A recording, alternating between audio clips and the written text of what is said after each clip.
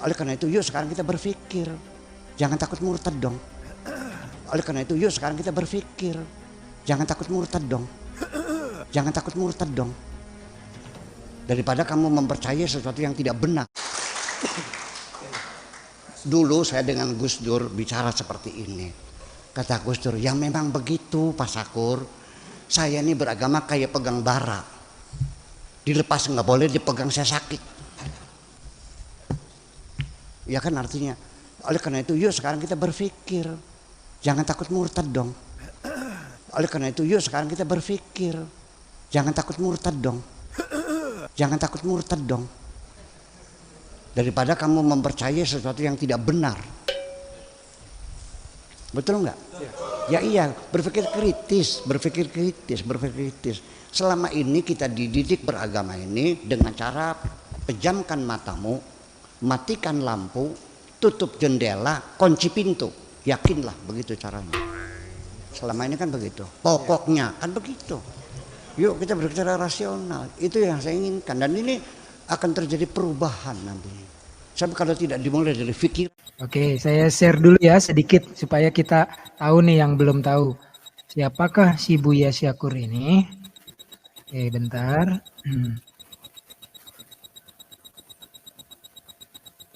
Oke, ini.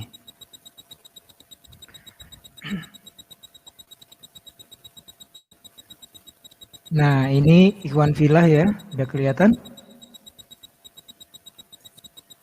Dah ya. Oke, Ikhwan Filah. Buya Syakur ini adalah saya juga nggak tahu banyak sih. Kalau nggak salah dia di deket-deket Cirebon apa di mana gitu, Indramayu ya. Nah ini dia juga banyak juga nih yang dengerin, tapi menurut penuturan dia sendiri itu seangkatan juga sama almarhum Gus Dur ya. Dan dia ini juga orang-orang yang termasuk liberal lah ya. Nah ini berhati-hati, kita juga nggak boleh langsung menyalahkan beliau. Tapi kadang ada orang yang omongannya itu tanpa disadari, lalu apalagi kalau dipotong-potong menjadikan senjata bagi debater-debater Kristen untuk menyerang Islam. Jadi omongan mereka yang dianggap nyeleneh dipakai, apalagi kalau sudah dipotong-potong.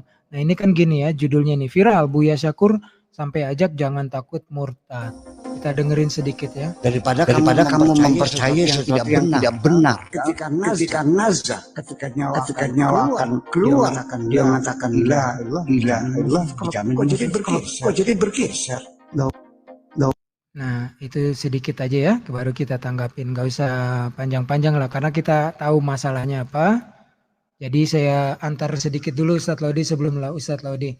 Ini orang yang berilmu ya, Buya Syakur ini saya tidak ragukan lah, tetapi bahayanya ketika ngomongnya itu nyeleneh, kemudian orang memotong-motong tidak menonton penuh secara utuh, misalnya ceramah dalam 1 jam, 2 jam diambil saja. Jadi hanya dengan ucapan orang bisa masuk surga. Nah kalau dipotong segitu, jadi kesannya janganlah percaya begitu doang gitu, jangan takut murtad. Artinya suruh murtad, padahal kalau kita nonton juga nggak seperti itu. Beliau tidak mengajak orang untuk meninggalkan Islam, menjadi beragama Kristen misalnya. Cuman ini bahayanya nih. Saya pribadi ya mengingatkan kepada ustadz-ustadz, ulama-ulama yang berilmu lebih dari saya, berhati-hati kalau sudah bicara ngomong di YouTube ya. Kadang bicara bener aja dipotong-potong, apalagi bicaranya sambil guyon. Contohnya begini, ada pernah kan seorang ustadz yang dijadikan bahan bagi debater-debater Kristen bahwa kesibukan di akhirat itu kita mecahin perawan 72 bidadari.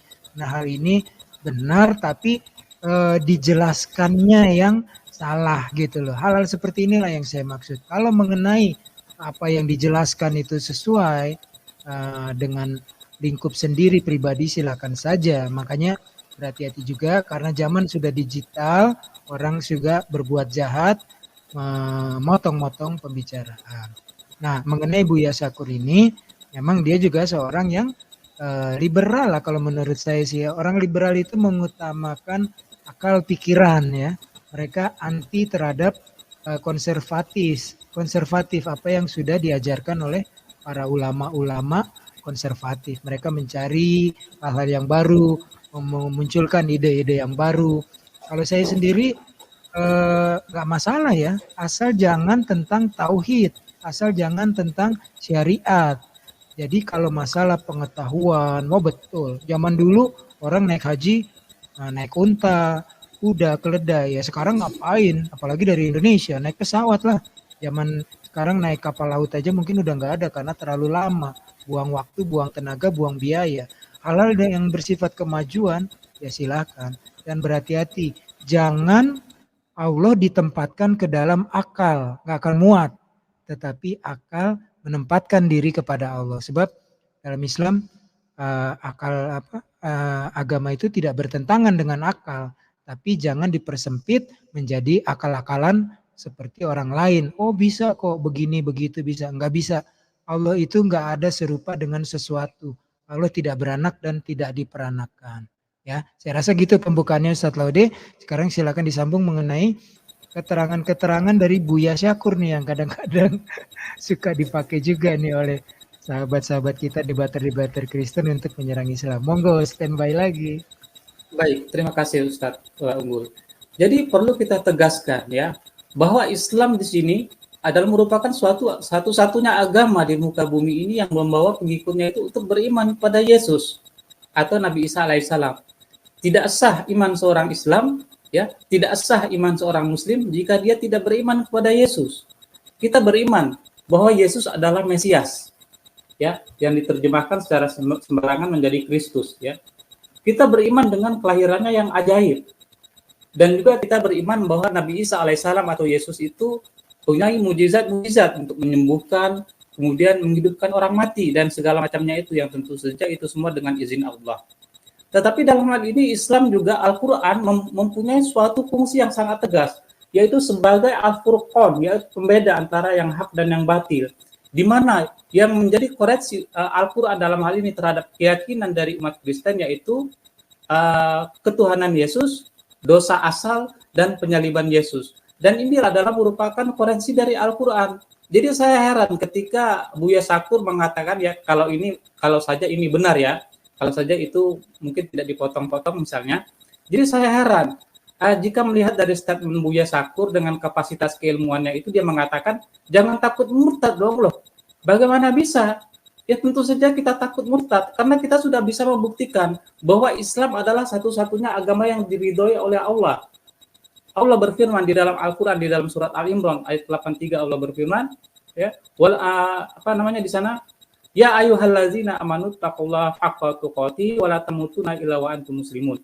Hai orang-orang yang beriman, ya, janganlah kamu mati melainkan kamu dalam keadaan beragama Islam atau berserah diri. Ya, di dalam ayat yang lain Allah berfirman, hai orang-orang yang beriman, barang siapa yang mengambil Islam itu menjadi barang siapa yang mengambil agama di luar Islam atau selain Islam sebagai agamanya, ya, sebagai pegangan hidupnya, sebagai dinnya, maka dia di akhirat nanti termasuk orang-orang yang merugi. Ya, bagaimana kita mempertaruhkan kehidupan kita yang singkat di dunia ini, ya dengan beriman di luar Al-Quran itu adalah merupakan suatu kebodohan. Padahal Yesus mengatakan, ya, seeking the truth and the truth will set you free. Carilah kebenaran itu, maka kebenaran akan membebaskan kamu.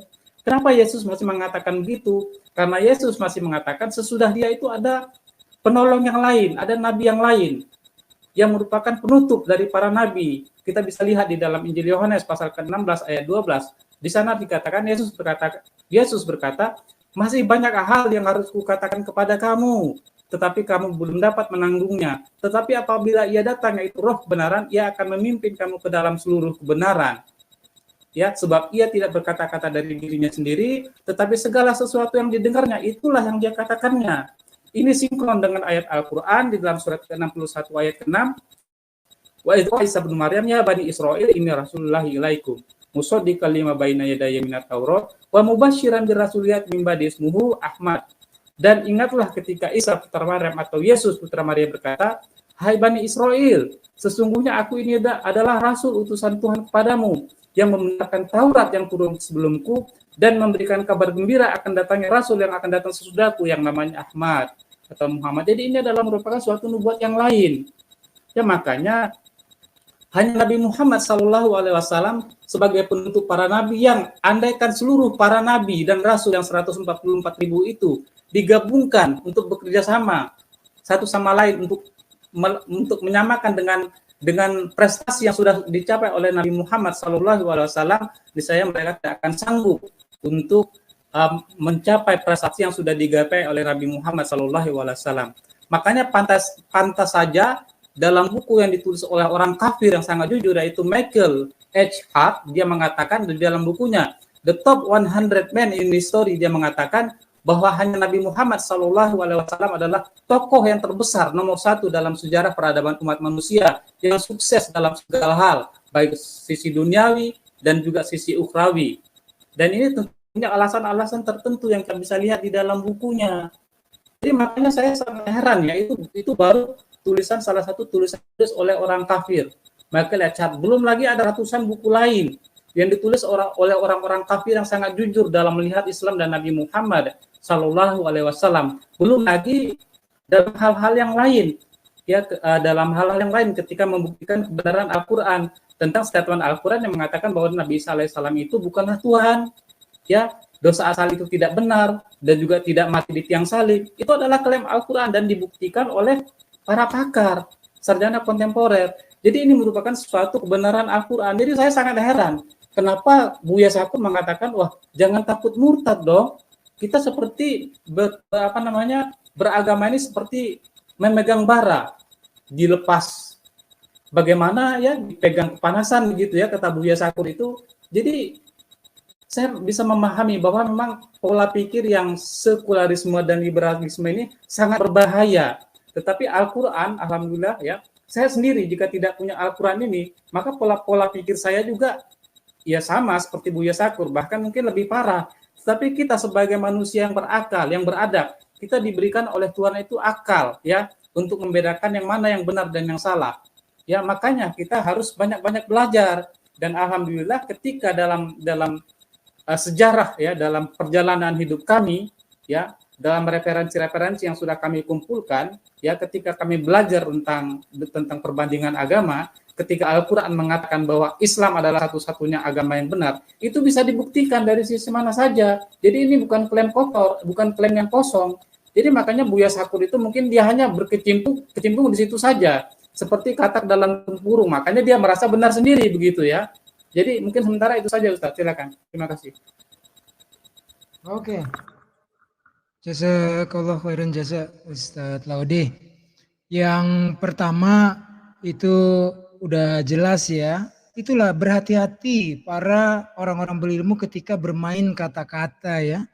Karena mungkin audiensnya memahami siapa diri antum. Tetapi ketika ini disebar ke dalam YouTube, maka akan jadi bahan gorengan. Contohnya jangan takut menjadi murtad. Kalau yang pakai itu debater Kristen, pasti itu lihat tuh ulama kalian bilang jangan takut. Islam agama yang gak bisa dipercaya, Islam agama yang belum sempurna. Aduh, gorengan-gorengan seperti ini ya. Jadi bahaya. Jadi saya pribadi lah ya gak mewakili Ustadz Laude. Berhati-hati para ustadz kita, ustazah kita, ulama-ulama kita dengan segala kerendahan hati terhadap ilmu antum-antum yang sangat tinggi. Berhati-hati ketika bermain kata-kata karena dunia fitnah itu sangat-sangat kejam ya. Jadi tadi ada sempat saya baca ini Ustadz Laude ya, dari siapa tadi, Sita ya. Nah ini begini nih, memang ada juga nih lagi rame juga nih tentang ketika Fatu Makkah kan semua berhala-berhala yang di sekitar Ka'bah, yang di dalam Ka'bah dihancurkan. Kemudian menurut keterangan Buya Syakur itu ada ditemukan lukisan atau apalah, lukisan atau patung gitu ya, yang menggambarkan Yesus dengan ibunya, maminya ya. Nah ini Iwan Filah dengan segala keterbatasan ilmu yang saya miliki, pertama-tama kita nggak boleh takut kalau nggak tahu. Jadi ketika ada berita yang sudah jelas itu berita kebohongan, itu harus kita tolak. Misalnya disebutkan bahwa Allah itu punya anak, lalu udah langsung tolak ya. Allah itu serupa dengan manusia, Allah itu berubah. Emang lu kira belalang sembah berubah, kan nggak begitu. Jadi itu udah jelas kita tolak. Tetapi ada hal-hal baru, ini kita tidak boleh menolaknya, apalagi juga menelannya mentah-mentah kita terima, nggak boleh. Jadi kita harus teliti dulu. Jujur saja, saya baru dengar ini ada cerita dari Syakur yang mengatakan Nabi Muhammad masuk ke dalam Mekah ketika menghancurkan berhala-berhala di sekitar Ka'bah, dan di dalam Ka'bah beliau menemukan lukisan atau patung Yesus dan maminya. Saya nggak pernah dengar. Apakah ini berarti para alim ulama kita, mulai dari generasi sahabat, tabi'in, atabi'in, itu menyembunyikan tentang hal itu? Kan aneh ya, nggak masuk logika lah. Kalaupun misalnya benar apa yang dikatakan Syakur ini, berarti Nabi Muhammad juga pasti akan memerintahkan untuk dihancurkan lukisan Yesus tersebut atau patung Yesus dan maminya. Pasti, saya yakin pasti beliau minta dihancurkan juga, karena beliau tahu Nabi Muhammad pernah bilang semua nabi-nabi itu adalah saudaranya Nabi Muhammad. Artinya apa? Dalam rantai kenabian, nubuah. Jadi pasti kalau memang itu benar ya yang dikatakan Syakur, pasti Nabi Muhammad suruh bakar kalau itu gambar lukisan, dan suruh hancurkan kalau itu patung. Tapi buat pengetahuan teman-teman, di dalam An-Nisa ya, Al-Quran itu dulu dituduh oleh orang yang bodoh dan tidak berilmu, yaitu debater Kristen, bahwa Al-Quran itu nggak kenal, nggak tahu tentang Trinitas. Masa Trinitas disebutnya Allah, kemudian putra Yesus, dan maminya Maria. Padahal bukan ya, itu ada di bawahnya. Kalau kita mau turun lagi, tentang Trinitas juga ditolak oleh Al-Quran. Bagian 3 dari 1 dari 3 Trinitas ditolak. Tapi mengenai itu ada sejarahnya memang. Sebelum Islam, zaman sebelum Islam, ada sekelompok kaum yang menyembah Yesus dan maminya, Kolidiarism. Jadi kalau saudara-saudari kita yang Katolik sekarang ini memberikan penghormatan atau admiration, bukan penyembahan kepada Bunda Maria, zaman dulu memang ada orang menyembah Yesus dan menyembah maminya atau Maria. Nah, jadi kaitannya, kalaupun misalnya, kan saya belum menemukan nih yang dibacakan Syakur ini referensinya dari mana. Belum pernah saya baca hadis sahih mengatakan riwayat itu ya. Jadi kalaupun benar, mungkin sisa-sisa dari kaum yang menyembah Yesus dan maminya. Tetapi kalau benar apa yang dikatakan Syakur, Nabi Muhammad menemukan ada patung Yesus dan maminya di situ, pasti pula akan disuruh hancurkan. Karena Nabi Muhammad juga pernah berkata, janganlah engkau, maksudnya para sahabat dan pengikutnya, umat-umatnya, menghormatiku berlebih-lebihan seperti Isa putra Maryam. Nah, artinya apa? Nabi nggak mau, hormatilah saya hanya sebagai hamba Allah, sebagai utusan Allah. Kita ini termasuk Yesus juga seorang Abdul, makanya jangan suka menghina. Islam itu manggil Abdul, Abdul. Yesus sendiri juga mengaku Abdul kok. Di dalam Kisah Para Rasul 3:13 itu mengaku sebagai hamba utusan. Artinya apa hamba? Ya Abdul, mau ngaku seperti apapun tetap Abdul gitu lah. Nah itu sih saya rasa segitu.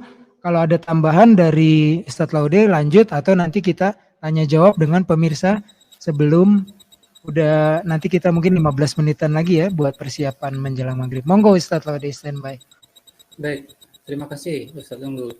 Jadi saya konsen sekali ya dengan apa yang dikatakan oleh Buya Syakur, bahwa jangan takut murtad dong. Ya harus takut juga lah gitu ya. Karena kenapa kita harus murtad? Itu kan sama saja dengan bunuh diri. Bukankah kita diberikan oleh Allah itu akal untuk membedakan yang mana yang benar dan yang mana yang salah. Kalau tiba-tiba kita murtad, itu sama saja masuk jurang ya. Jadi orang yang murtad itu adalah orang-orang memang yang tidak berpengetahuan. Ya, singkat, pikirannya singkat. Jadi seperti apa yang dikatakan oleh Al-Quran di dalam surat kedua ayat ke-79, Fawailul lil ladzina yaktubuna al-kitaba bi aydihim tsumma yaquluna hadza min indillah liyastaru bi samanan qalila. Fawailul lahum mimma katabat aydihim wa wailul lahum mimma yaksibun. Celakalah orang-orang yang menulis Alkitab ya dengan tangan mereka ini lalu mengatakan ini datangnya dari Allah, supaya mereka memperoleh keuntungan yang sedikit dengan perbuatan itu. Celakalah atas apa yang mereka tuliskan dengan tangan mereka, dan celakalah atas apa yang mereka kerjakan. Jadi kata celaka, ya, 3 kata celaka di dalam satu ayat di dalam Al-Quran ini hanya terdapat di dalam surat kedua ayat ke-79 ini saja.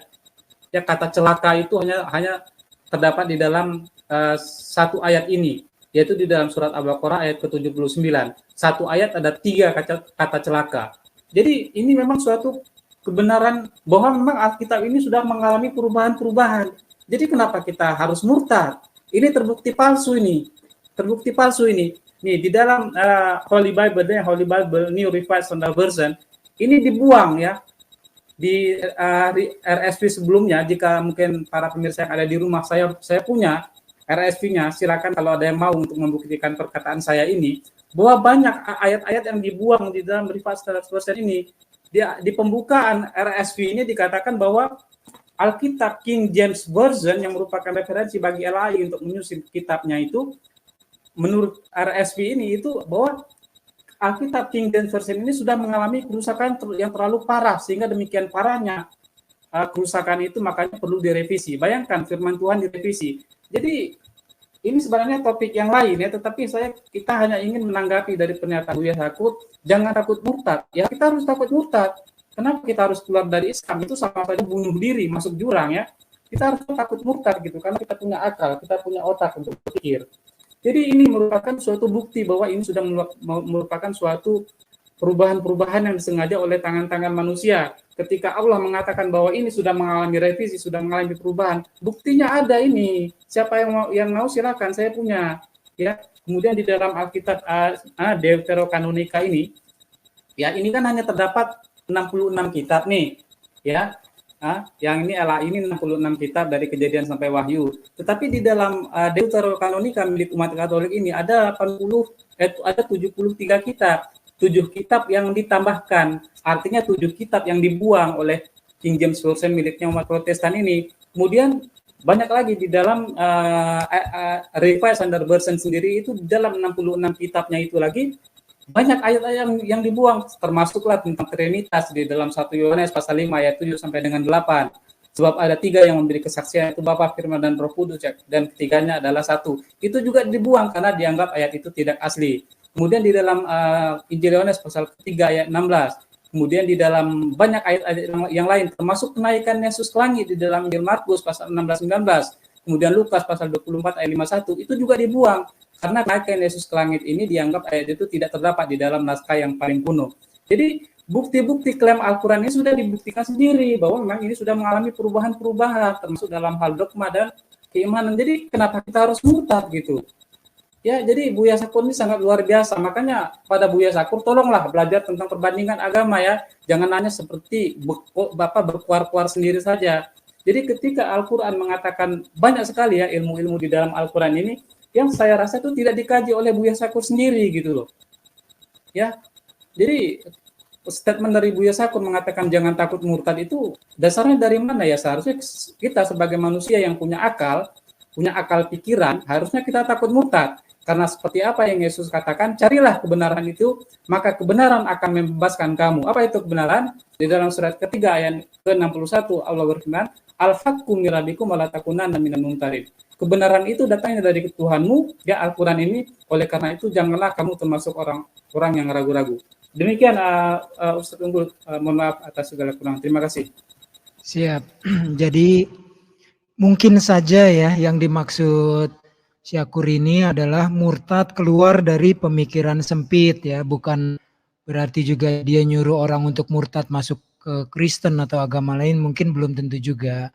Tetapi seperti itulah yang disebut oleh Ustadz Laude tadi ya, berhati-hati ketika bermain kata-kata, karena kata-kata yang benar aja bisa dipelencongin, diplesetin menjadi fitnahan, apalagi kata-kata yang sengaja dimain-mainkan.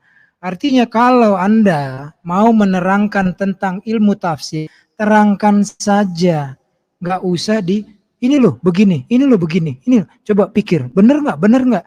Jadi kesan seperti itu, antum sendiri meragukan tentang imam-imam perawi hadis. Kita kenal Imam Bukhari, kayak apa seleksinya beliau untuk mengkategorikan hadis. Kita kenal Imam Muslim, kemudian kita kenal semua perawi-perawi hadis. Mereka tuh nggak main-main, nggak cuman berdasarkan cerita yang beredar di masyarakat maka kami catat lalu bukukan dengan seksama. Nggak seperti itu. Semua ditanyakan, sanadnya jelas. Kemudian matannya pun juga bisa dipertanggungjawabkan. Nah, jadi saya rasa udah cukup mengenai Buya Syakur ini. Semoga beliau juga sekalipun berilmu, tapi janganlah menjadi sombong. Ini dari saya pribadi, mungkin juga dari Ustadz Laude ya. Yang bijaksana ketika menerangkan sesuatu. Sebab audiens Anda ketika mulai direkam, hati-hati. Mungkin tanpa sepengetahuan Anda, rekaman itu akan meluncur ke YouTube. Nah, di sini Anda akan dimintai pertanggungjawaban nanti di akhirat. Kami sih nggak ada yang ditakutin gitu. Oh, ternyata Islam takut kalau ada ngomong bukan. Yang kami takutkan adalah kalian yang memakai kata-kata ustadz-ustadz untuk dipelintir, untuk difitnah, akan makin tersesat. Lalu sesat dan menyesatkan. Contohnya gini, ada Bekatul Al-Bahlul ya, si Sofiatul ini, berguru sama Christian penipu atau CP. Nah ini akhirnya kan sesat dan menyesatkan. Lalu merasa kurang juga berguru lagi kepada si Rob. Rob siapa ini entah namanya, Rob Christian atau siapa. Saya ketawa-tawa aja, ini orang kok nggak ngerti lagi ditipu, kemudian belajar oleh penipu, ya akhirnya menipu semua orang. Artinya nggak takut kok. Islam selalu malah nantangin apapun yang mengatakan bahwa Al-Quran itu fitnahannya kan ada 4 karangan Muhammad SAW dibantu oleh orang-orang ketika menyusun Al-Quran. Kemudian fitnahannya adalah mengkopi dari kitab-kitab yang terdahulu. Kemudian fitnahan yang paling keji adalah Al-Quran, bisikan dari syaitan. Nah, ini secara logika aja nggak masuk lah. Al-Quran selalu meminta kita mencari perlindungan kepada Allah dari godaan syaitan yang terkutuk. Al-Quran jelas-jelas mengatakan bahwa syaitan itu adalah musuh yang nyata, yang menyesatkan Bani keturunan Adam. Saya rasa begitu semua. Ini saya tanya juga di pemirsa, ada yang mau bertanya atau enggak. Terus juga saya tawarkan kalau mau gabung, saya kasih linknya. Tetapi mungkin juga enggak apa-apa lah buat perkenalan. Ini kita punya seri baru. Saya dikawani dan dibimbing oleh Ustadz Laude. Serinya bernama What's Up This Week. Ada peristiwa apa semingguan ini yang mengenai fitnahan-fitnahan dan hujatan-hujatan subat kepada Islam. Untuk minggu ini kita sudah bahas tadi Ade Armando yang juga seorang buzzer. Dia kesana mengacau, kesini mengacau, nggak ngerti dan nggak punya kapasitas keislaman. Kemudian mencoba-coba menyesat-nyesatkan dan ini babak belur lah.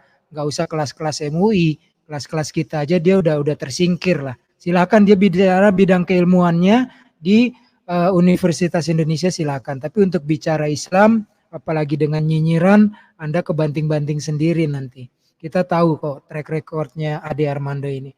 Dan juga Buya Syakur, semoga menjadi ibroh ya, bahwa keilmuan itu tidak boleh sombong. Keilmuan itu untuk semua orang, bukan hanya sekelompok segelintir tertentu. Islam itu bukan untuk keluarga, bukan untuk diri sendiri dan keluarga, tapi Islam adalah untuk seluruh umat manusia. Jadi saya rasa minggu depan, hari Minggu depan, Ahad depan, atau mungkin seminggu 2 kali kita akan bahas hal-hal yang sedang beredar. Nah ini main kata, bahasan menarik katanya kan. Nah terus juga dari Nganu. Lanjut duet Ustadz, sangat menarik ya, tapi untuk yang sekarang mungkin sudah cukup ya. Dan mohon perkenan saya mengumumkan ya bahwa Yayasan ZCC melakukan pembangunan masjid. Sampai saat ini sekarang alhamdulillah sudah mendekati naik atap dan juga membutuhkan beberapa hal untuk finishing. Jadi kami menghimbau rekan-rekan mohon kepada Allah agar diberikan rezeki, lalu sisihkan rezekinya. Ini nomor rekeningnya silahkan di screenshot, kemudian konfirmasi, ada juga nomor saya yang khusus untuk kegiatan ini ya. Oke, saya rasa begitu Ustadz Laude, tidak ada hal-hal yang perlu saya tambahkan lagi. Apakah dari Ustadz Laude ada tambahan? Monggo. Ya, tambahan saya mungkin dari statement yang sudah saya sampaikan tadi, jika ingin pemirsa yang ada di rumah ingin pembuktian, ya mungkin bisa WA ke nomor itu, nanti bisa saya kirimkan referensinya. Ini mantap Pak Unggul dan Ustadz Laude juga ya, berdua, jangan saya sendirian. Lanjut, Tad. Ya, baik. Jadi tadi ya dari statement yang sudah saya sampaikan, misalnya tadi dari bukti-bukti yang mengatakan bahwa Alkitab ini sudah mengalami perubahan-perubahan, ya, misalnya di dalam di dalam Revised Standard Version, ya, ada pembukaan dari Revised Standard Version baru bahwa King James Version, ya, King James Version yang merupakan rujukan bagi LAI untuk membuat Alkitab, itu menurut Alkitab RSV yang disusun oleh 32 orang sarjana dalam bidang teologi, didukung oleh 50 lebih aliran Kristen yang berbeda, itu mengatakan bahwa Alkitab King James Version itu sudah mengalami cacat yang luar biasa parah. Sehingga demikian parahnya itu harus direvisi. Ya, bayangkan firman Tuhan direvisi. Jadi siapa saja yang ingin Alkitab RSV tahun 1952 itu bisa WA ke nomor saya ya. Mungkin nanti Ustadz Unggul bisa kasihkan jika ada pemirsa yang ingin nomor saya bisa kirimkan bukti-bukti statement saya ini. Jadi saya tidak asal ngomong.